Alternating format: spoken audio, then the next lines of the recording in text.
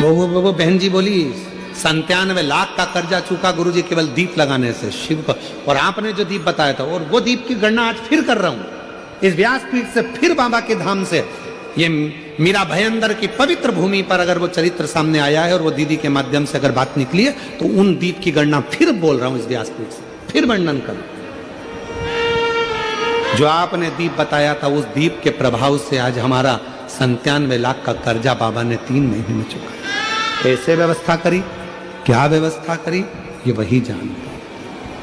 वो 2 दीप आज अगर कथा निकली है ज्वालासुर की, तो अपने भीतर वो 2 दीप का महत्व अपने अंदर उतार कर रखी है। वो 2 दीप साधारण नहीं है, जो हमने पहले 7 साल पहले भी कथा के माध्यम से बताया था। यदि आप लोग YouTube पर कथा सुनते होंगे, जब व्यक्ति हताश हो जाता है, कर्जे में लदा लूम हो जाता है, बहुत दुखी हो जाता है, कुछ भी नहीं रहता, फैक्ट्री नहीं चलती, व्यापार नहीं चलता, कोई काम नहीं चलता, ना कोई व्यापार चल पाता है, टूटकर आखिरी में सोचता है अब बच्चों का भरण पोषण कहाँ से करूं, परिवार को कैसे पालूं, मर जाऊं तो अच्छा है। मेरा उन लोगों से निवेदन है, मरना किसी चीज का हल नहीं, उसकी कृपा होना चाहिए, उसकी दया होना चाहिए, किसी दूसरे की सामर्थ्यता नहीं। केवल देवता देंगे पल्ला झाड़ कर, और मेरा कुबेर भंडारी देगा छप्पर झाड़ कर, और वो देता है, साधारणता में नहीं देता, थोड़ा बहुत तो देता ही नहीं है। पूरी कथा को देखिए, 10 साल 20 साल 30 साल की कथा निकाल कर देखिए, पूरी कथा की वीडियो आप निकालिए, हर वीडियो में आप देखोगे भगवान ने जिसकी भी गोदी में बच्चा दिया, एक एक तो कम दिया, 2-2 ज्यादा दिया, क्योंकि उसकी रीति है देता छप्पड़ फाड़ के, थोड़ा बहुत तो देता ही नहीं है।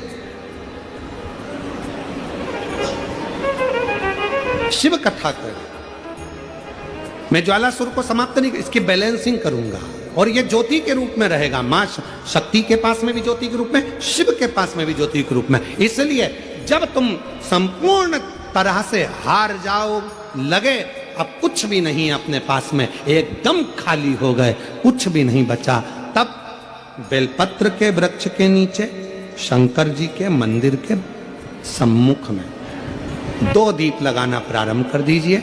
एक लंबी बाती का दीप, एक गोल बाती का दीप, एक शक्ति का, एक शिव का, दोनों दीप घी के, दोनों सामने रखो, बाबा को प्रार्थना करो। शिव मंदिर में लगाने के बाद फिर बेलपत्री के वृक्ष के नीचे जाओ।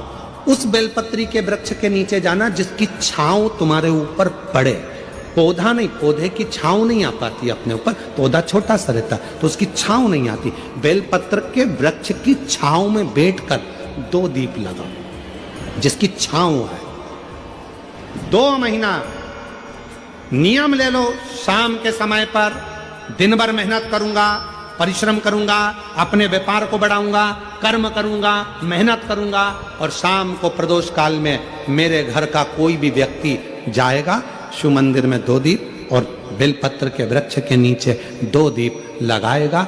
2 महीना इंतजार करना, मेरा बाबा हाथ पकड़कर तुम्हें ऐसा दौड़ाएगा कि शिव अपने आप करुणा करने लगेगा।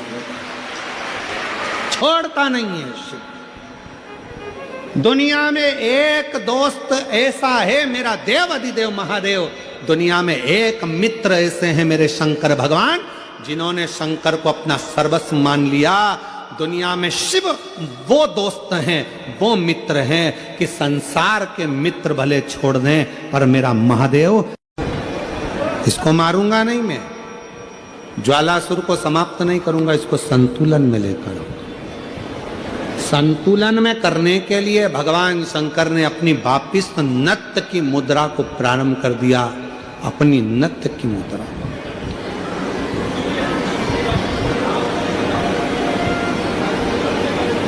और जो भगवान ने नत्य की मुद्रा को, नट लीला को करना प्रारंभ करा कि वो जो ज्वालासुर था उसकी अग्नि शिव के चारों तरफ परिक्रमा करने लगी, और वो ज्वालासुर आखिरी में शंकर भगवान की शरणागति में पड़ गया। बाबा भोलेनाथ कृपा करिए, दया करिए।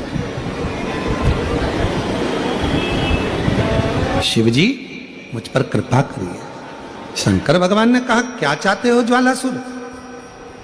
हम जानते हैं कि तुम मेरे द्वारा प्रकट हुए हो, तुम समाप्त नहीं होगे। मैंने तुम्हारा संतुलन बराबर कर दिया है ज्वालासुर, तुम्हें कुछ चाहिए तो मांगना। ज्वालासुर ने कहा बस बाबा ऐसी कृपा कर दो कि मैं आपसे दूर ना रहूं,